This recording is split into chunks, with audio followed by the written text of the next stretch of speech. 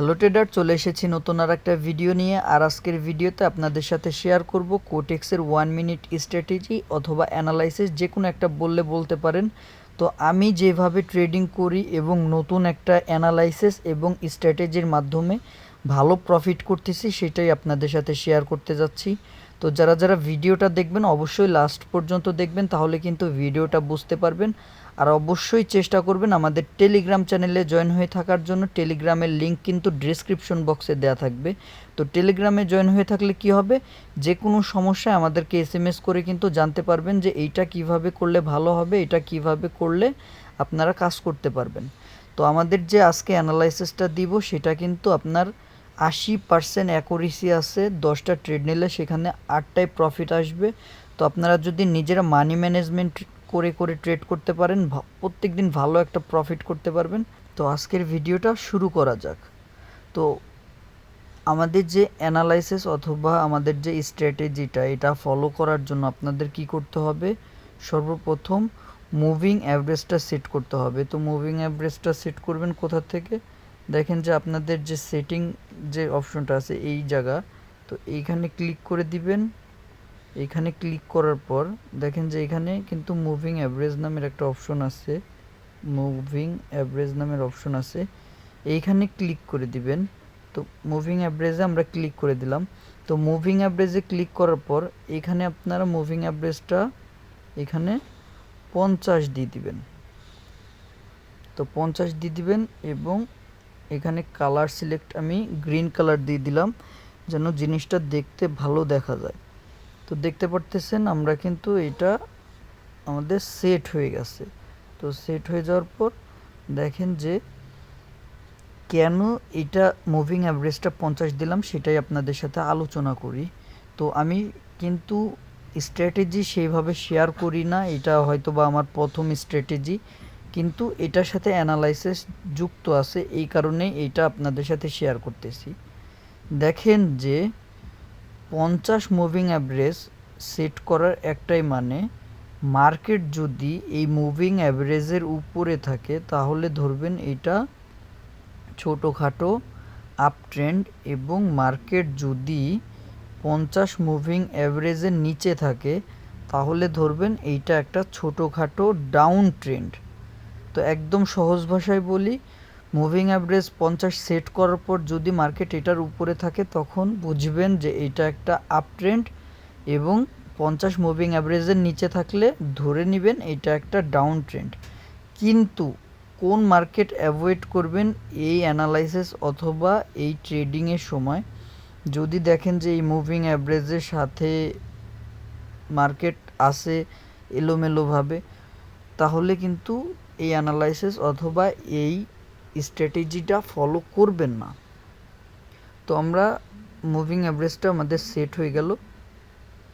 Set হওয়ার পর আমাদের আর একটা জিনিস অ্যাড করতে হবে, সেটার জন্য আমরা এই অপশনে চলে যাব। আবারও এখানে চলে যাওয়ার পর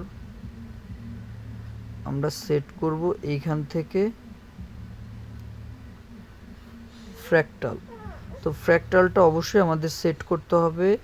তো ফ্র্যাক্টালের উপর ক্লিক করে দিলাম।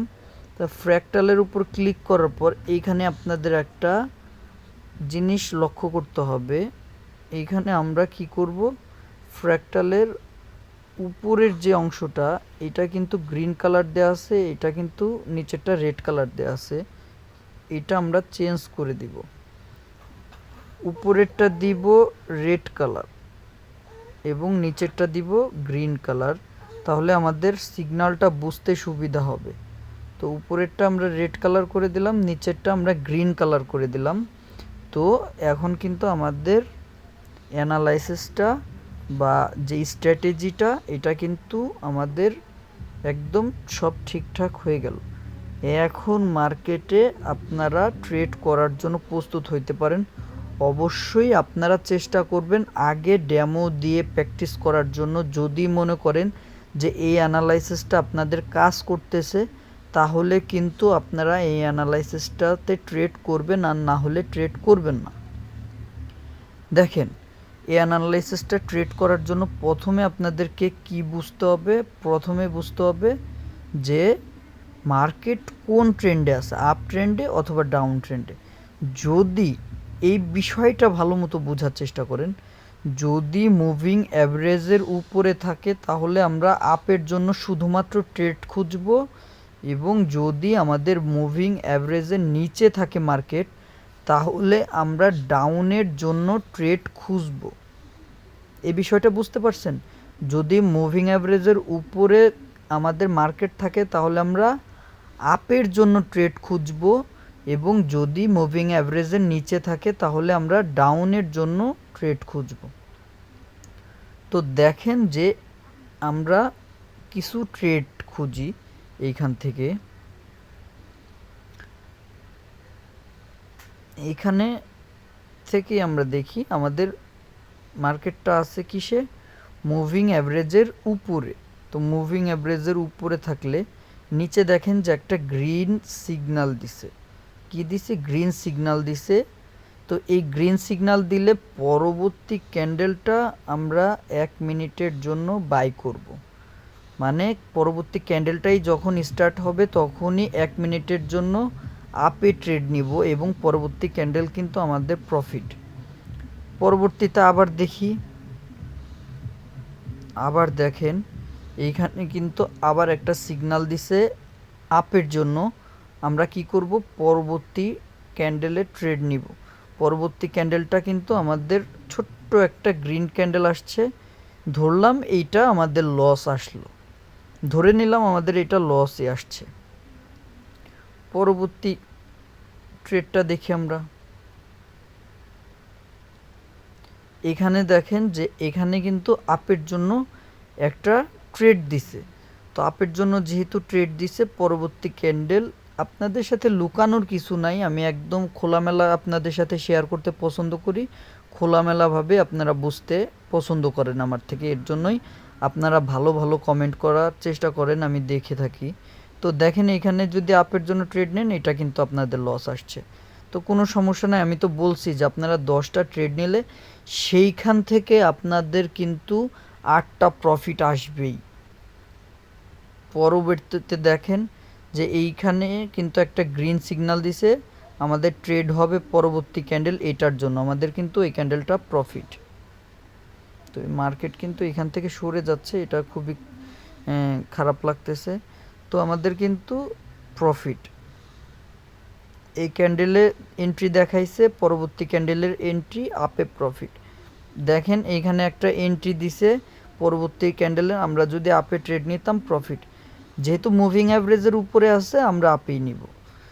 আবার দেখেন যে এই ক্যান্ডেলে আপনাদের কিন্তু আপে সিগন্যাল দিছে, পরবর্তী ক্যান্ডেল নিলে ডিপ প্রফিট।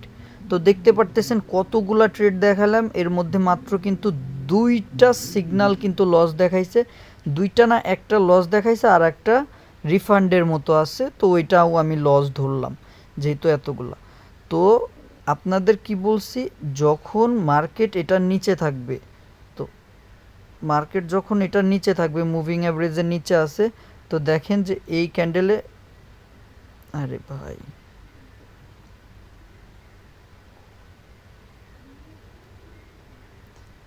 দেখেন যে এই ক্যান্ডেলে কিন্তু ডাউনের সিগন্যাল দিছে, এই ক্যান্ডেলে ট্রেড নিলে আপনাদের কিন্তু ভালো একটা প্রফিট চলে আসবে।